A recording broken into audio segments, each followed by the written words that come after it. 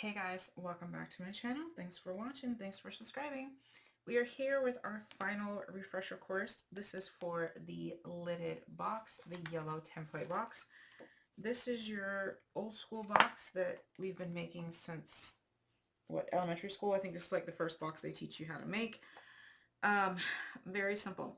But we're going to go ahead and do the 3 different lid styles that you can do on a lidded box. So we're going to make our box size 3 by 2 by 2. Okay. How I write my measurements, I always do left to right first, up and down, and then the thickness. Okay. So your third number is always going to be your perimeter number. So 2, 2, 2, and 2. And my left to right is 3 inches and my up and down is 2. All right, so now we just need to math that out. So you need 1, 2, 3 numbers for your left to right. So it's 3, 4, 5, 6, 7 by your up and down. You need 1, 2, 3 numbers. So 2, 4, 6. And we're going to score 2 on all 4 sides. This is your bottom tray. Okay. We're not touching the lid yet. We're just doing our bottom tray. So let's get our piece of paper. It's 7 by 6.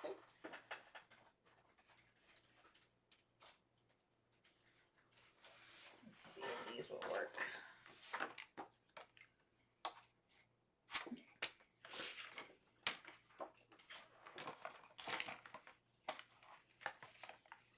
So 7 by 6. It just should already be at 6, but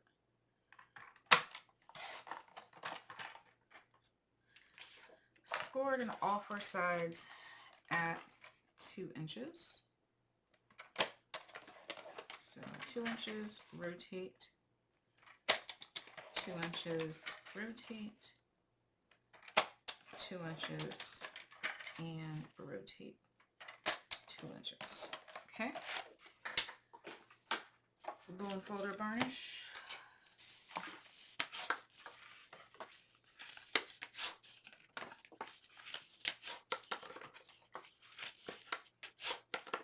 Okay. Scissors.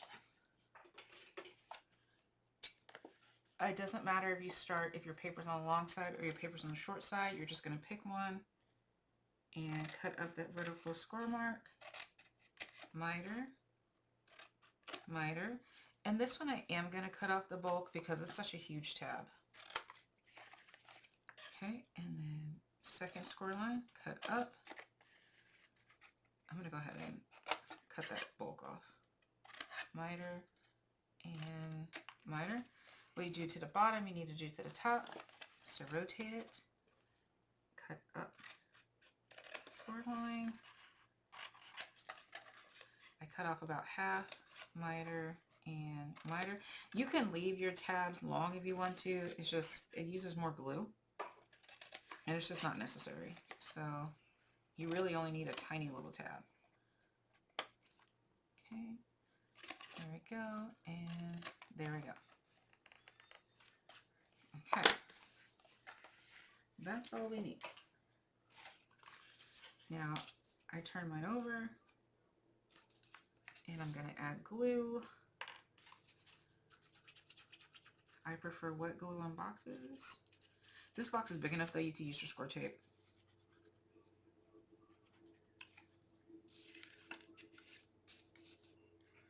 I'm going to go ahead and just glue up all 4 of my tabs.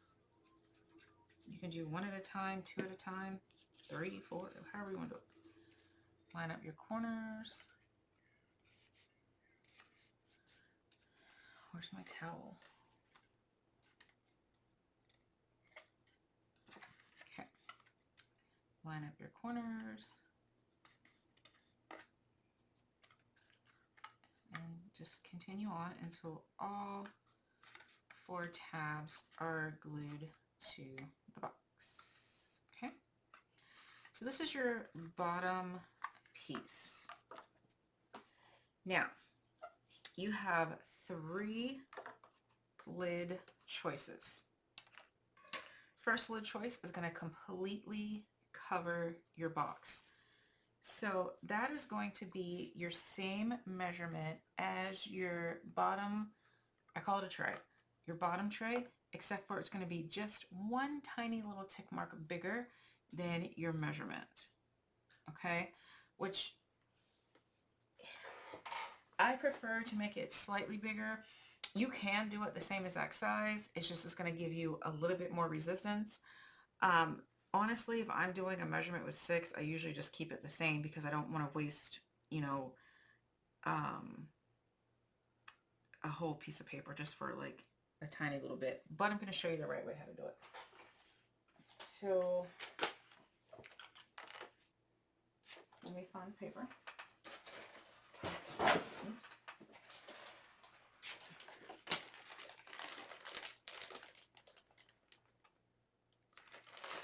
All right. So you're not moving it to the whole 1/8 of an inch. You can do it an 1/8 of an inch bigger if that's just easier for you to remember. You can. I like mine right. Oh, the 6 inch is going to be hard to show you. So I like mine the little 16th tick mark just before that. Just that tiny, tiny little bit. So, and then the same thing with the 7.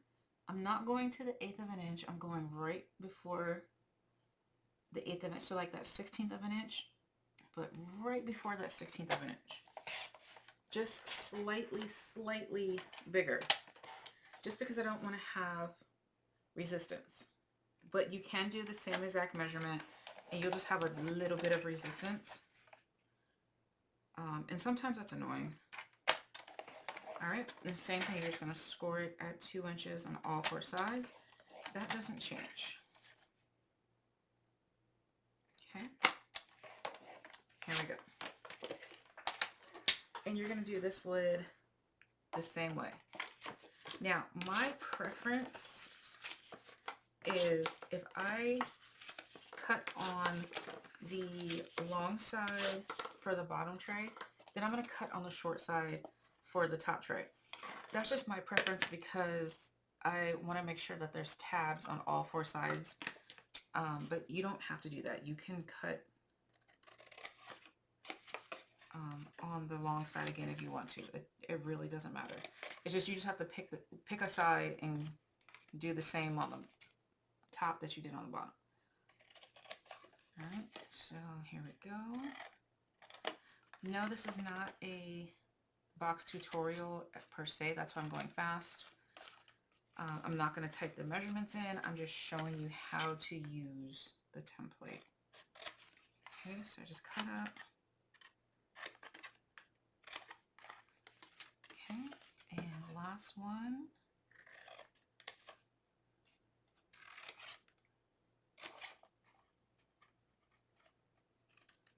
Okay. All right. Did we bone folder varnish? I can't remember, but you definitely want to do that. All right, tabs. I'm just adding glue in case I'm not in frame.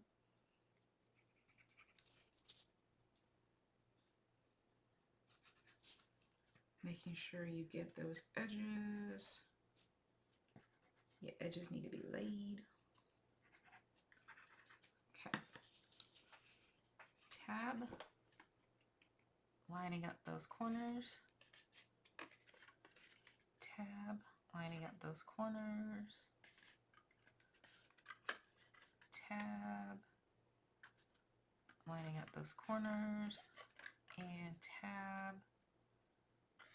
Lining up those corners. And I am pressing on the inside to make sure that your tabs are completely pressed in. Okay.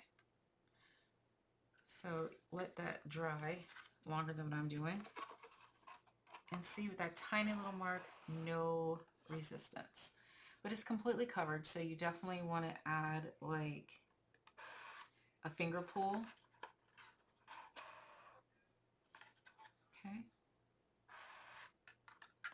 onto these. Now, your second lid type would be the same, except for instead of having it by 2 inches, maybe you just want like a little topper lid to where it's only like, you know, halfway on. So now you need to remember your template number. So you're 3 by 2 by 2. But I don't want my lid to be by 2. I only want it to go halfway down my box. I want it to be by 1. So now you're going to do 3 by 2 by 1 because you only want the thickness to go halfway down. And I forgot which was which. All right, so that's the bottom. So now we're going to do these by 1. And my left to right is 3, 2, math it out, 3, 4, 5 by 2, 3, 5 by 4. So now we'll just take our paper trimmer. I was trying to find a ruler.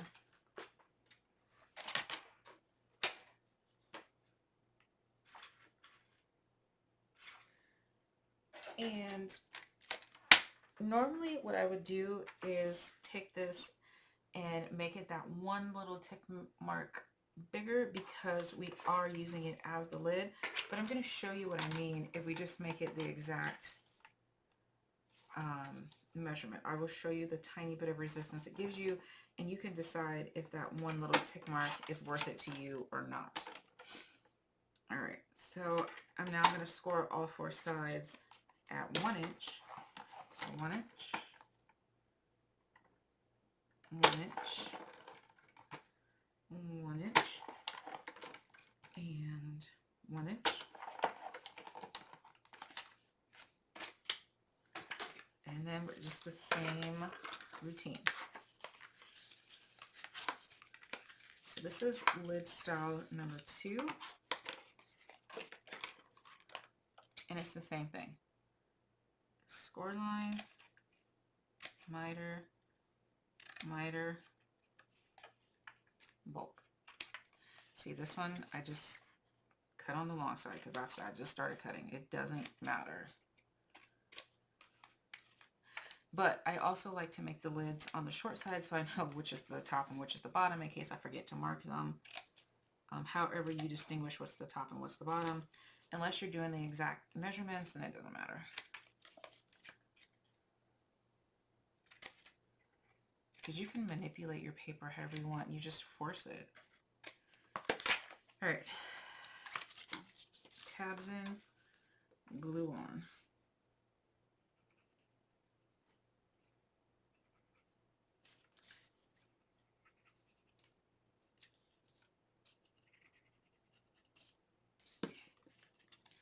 Line up your corner, line up your corner.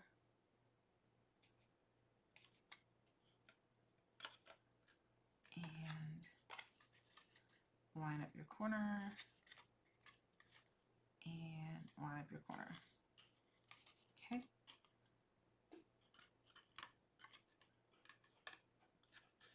Let it dry for a second. When I do the exact measurements, I actually do let it dry because it's already going to give me resistance and I don't need double resistance. All right. So here is our lid. See the tiny bit of resistance? It's taking me longer to close that box, and sometimes it'll give you that gap. So that little extra 1/16 of an inch just prevents that. See? That is the difference.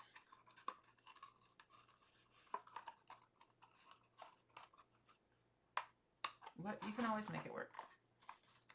And it doesn't look bad. So don't, if you forget to add that little tiny tick mark, don't throw it away. Just, you know, force it in. So this is your other, so this is your second lid that you can do. So see, now you can see your design paper here. So we have some, you know, decorations, and maybe this has some decorations like that, and you want to see both papers. Or you have two different colors. You want your lid to be a different color than your box. Cool. So full coverage lid, half coverage lid. Now we're going to do a hinged lid. So this is going to look like a faux pizza box, I guess. And you're going to do the exact same measurements that you did for the bottom tray. I don't know the science behind it and why it works, but it does. And it does not give you any resistance. I don't know why. Because you would think it would, because it's the exact same measurement, but it does not. All right, ruler. So you need a piece of paper that is 7 by 6.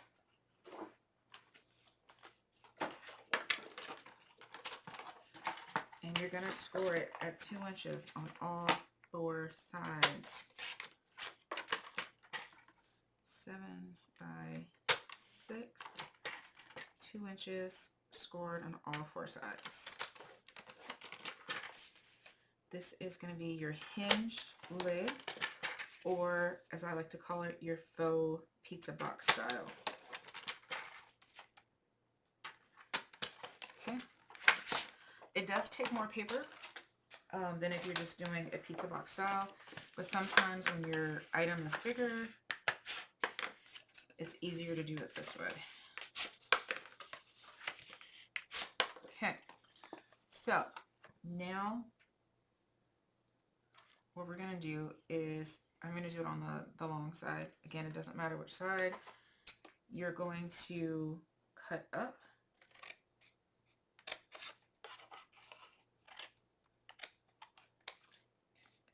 Miter, and cut the bulk. Okay.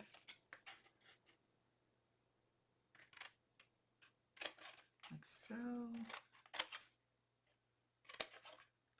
Okay. This is where we're going to stop with that, okay? Because this is your front of your lid, okay? Now, on the opposite side, we do not need the 2 squares. We just need the rectangle. So you're going to completely cut off your left and right box, okay?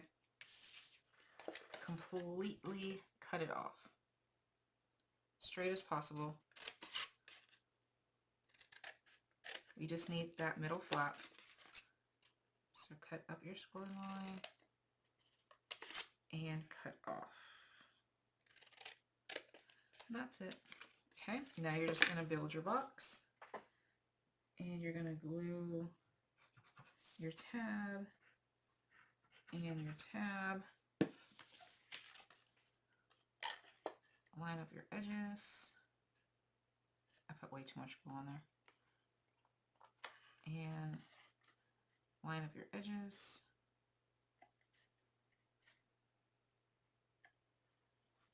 And let that dry. Okay. So you have a weird, funky little half a box like this. What do I do with the bottom tray? Here it is. Okay. So now you have your bottom tray. And basically all we're doing is getting this flap to line up. You're going to force it to go all the way down to the bottom of your tray. Let me put the star side back here so you can see what I'm doing. However you get that box in there, and force that flap down, that's what you're going to do. Okay? You're going to add your glue.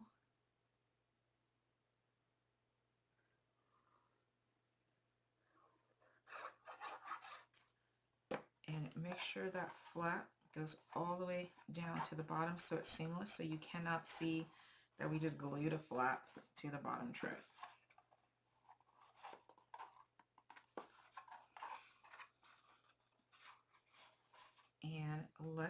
that dry.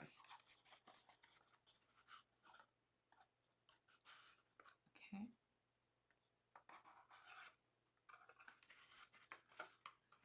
I open mine and now I'm making sure that that glue is adhered.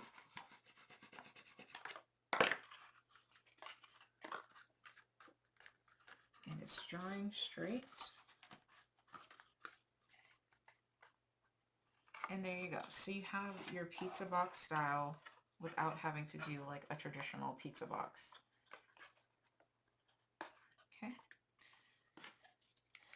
And again, with all of them, you can do your finger pull like so. All right. So those are your 3 lid styles. You have your full coverage lid. That's going to cover your whole box. You have your half coverage lid, and then you have your hinged lid. So those are your 3 options. I saw somebody who figured out how to do this with it being half, but she still did that long. That was crazy. I was super confused, but it was super cool. It looked cool at the end. So yeah, so those are your 3 lid styles. I know that was a lid, but there you go. All right, well, thanks for watching, guys. Bye.